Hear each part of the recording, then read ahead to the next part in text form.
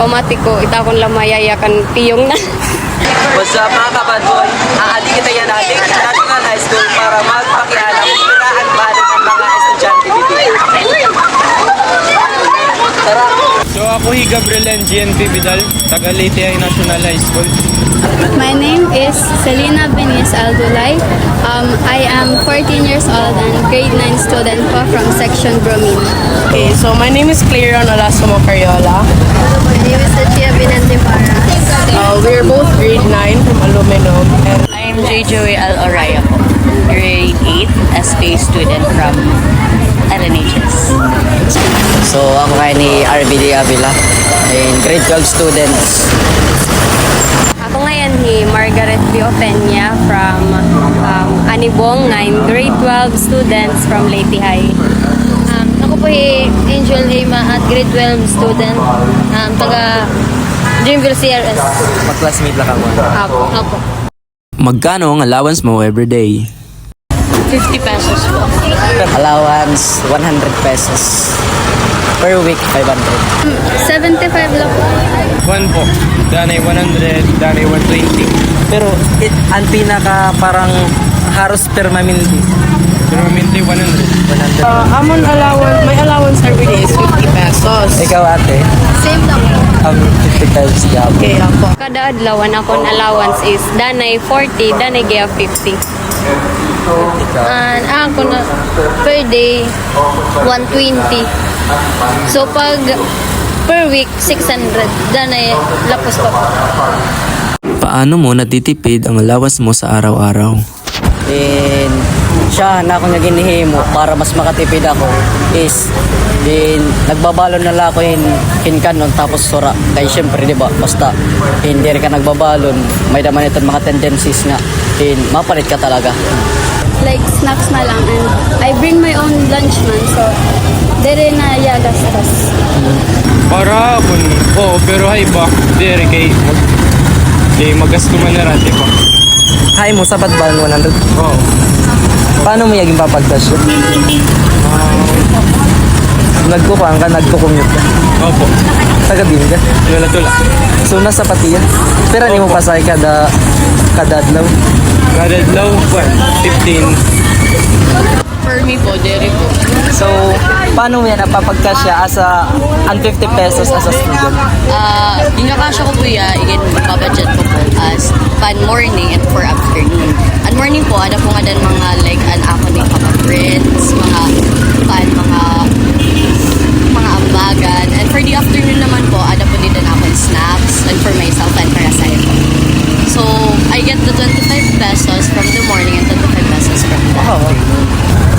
For me, sa patiya kay gindudulong man kami nga ginkukuha. So basically, namamay na siya at expenses itamon pagpasahin namon. So basically, para akon, sapat yung 50 pesos. Ikaw?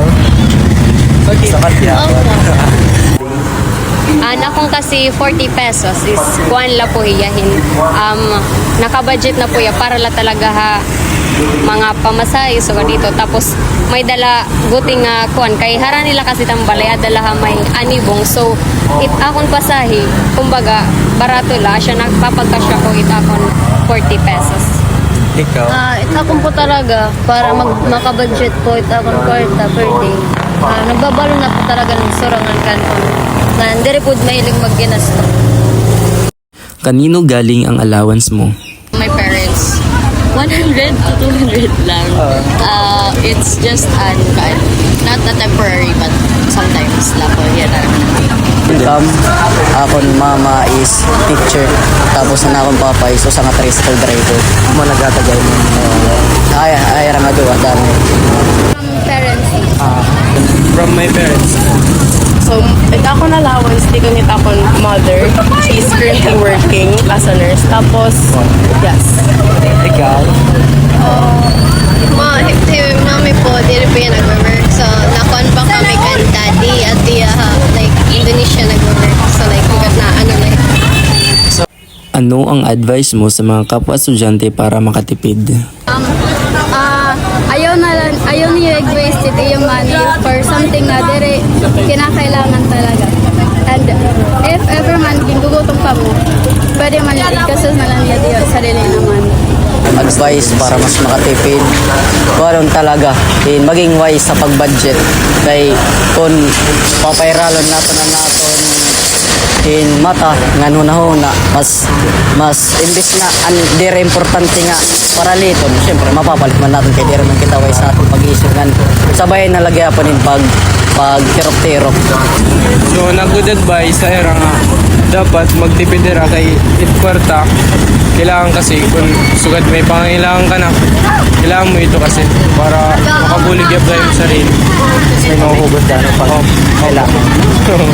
My advice is nga be thoughtful of what you buy, tapos also also be thoughtfully what kay it money nga imo nakukuha. Let's say for people that na arohin allowance ira parents nga it money nga iraging gagamit di ka nga ira parents nag hinaguan ito ira parents, so dapat be thoughtful of what you buy with the money. Ela ko pagsayang ito yung part na kay. Pagtirok na lang kang mo, Advice for everyone is use your money from needs, don't want.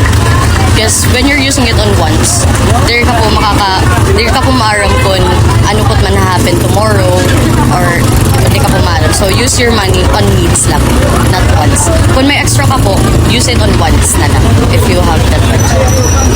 akong advice para sa mga students nga para ira makatipid is kuanhin. So dito may danira igkukuan na karuyag nira paliton is pamatiko itakon lamayaya kan piyong na.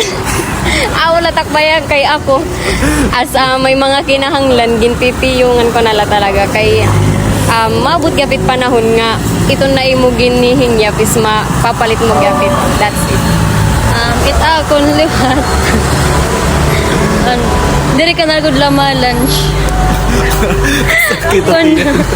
kun baga amo tak advice kun baga para makatipid ka tapos para gyap ha syempre kay daw matbaridan amo na nalat baridan kaurugan. Tapos ano ba?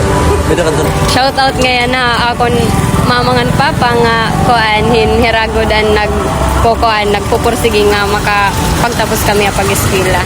That's it. Akon la friends nga may family